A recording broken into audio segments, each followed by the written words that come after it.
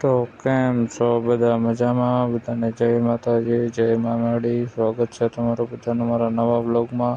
અને આપણો પહેલો વ્લોગ છે, તો ખાસ બધા સપોર્ટ કરજો. તમારા બધાના સપોર્ટને ફૂલ જરૂર છે.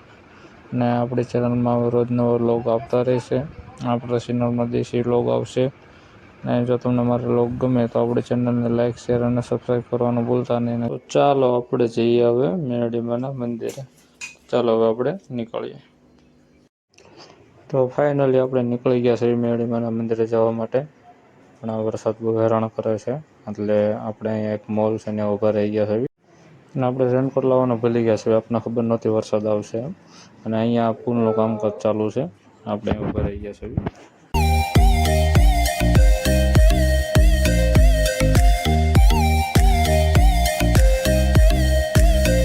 આપણે તો નીકળી ગયા, પણ વરસાદ બહુ હેરાન કરે છે. અને મેરડીમાં કહે છે કે મારા દર્શન કરવા હોય તો એમને તો ન થાય. કાંઈ નહીં, પણ આપણે તોય પણ આપણે જવાનું છે, એ તો ફાઇનલ છે. તો ફાઇનલી આપણે નીકળી ગયા છીએ. પણ મેં તમને આગળ કીધું એમ કે વરસાદ બહુ આવે છે. તમે જોઈ શકો છો વિડીયોમાં.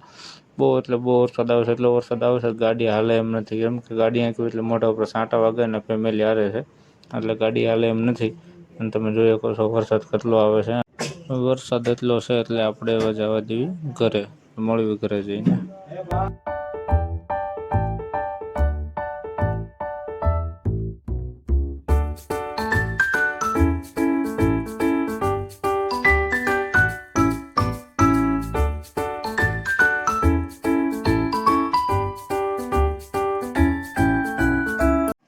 તો ફાઇનલી આપણે ઘરે તો આવી ગયા છીએ. આપણે પલળી ગયા હતા વરસાદને, એટલે આપણે કપડાં ચેન્જ કરીને ફ્રેશ થઈ ગયા છીએ.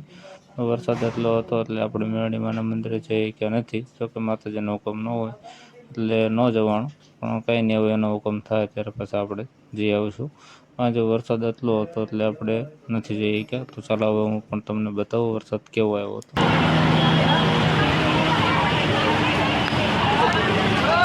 ફૂલ જો એક્ટિવા તો ડૂબી જ જાય છે બ્રો. જો અહીંયા રિક્ષા પડી છે. રિક્ષાની અંદર પાણી વહી ગયું છે. આટલું પાણી ભરાઈ ગયું છે અહીંયા. ઘર ભેગું થાને ભાઈ.